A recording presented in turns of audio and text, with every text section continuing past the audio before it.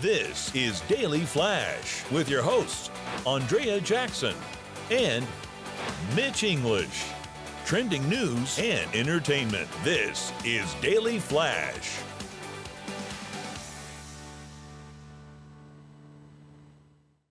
Hi, everyone. I'm Andrea Jackson. She is! Hey! Love being next to this one. Hello. I am Mitch English. So glad to have you here on Daily Flash. I like being next to this weirdo, Matt Doolittle, who we'll be checking in with him in just a few. You doing all right over there?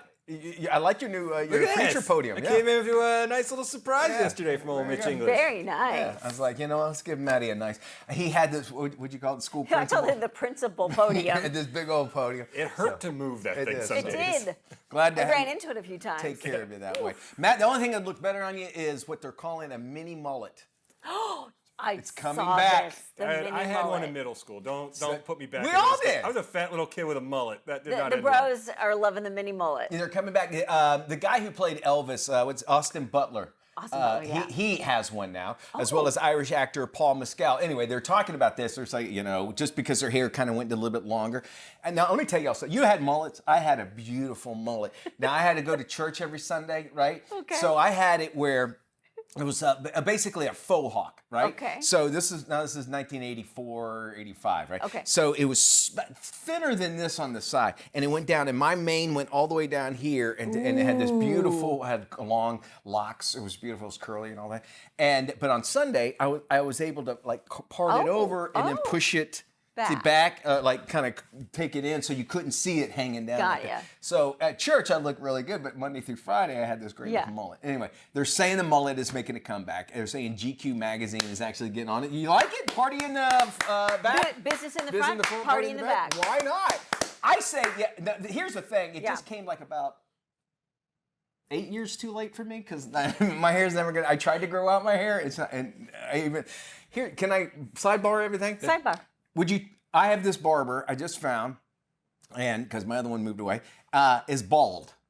And I was very, very, I don't know if I should trust a bald barber. And he does a great job. Oh, I would. Really? For sure. Well, especially if he's got a really nice bald head because you got to maintain that. That's not easy to maintain. He's a big old burly guy, I too. love that. So there you go. I love bald guys. So if you see one, congratulate somebody with a mullet. One other sidebar mention here, one of the kids from Florida just won the National Mullet Contest. Listen, about right. Florida's getting it, man. We have got as a bronze in breakdancing and now the best mullet. And the Little League Championship of the world. That was a big deal. That was huge. That's great. They're from Lake Mary, just north of Orlando. They won they played for the Southeast. They won the They won the championship. national, and then they beat Taiwan for world championship. Those kids had so much swag already. Oh. Do you see them doing interviews? They're like pros already. The glasses, the whole thing. They're like, I just get out there and do my mini thing. pros. That's what one of them said. One of the white kids said that. It was awesome. Well, but the only bad thing is that when you're from Orlando and they go, you just won the World Series. Where are you going to go? Yeah. Down the street. to Disney World. Check this out. A state Supreme Court in Ohio recently ruled on whether or not boneless chicken wings could, in fact, have bones in them.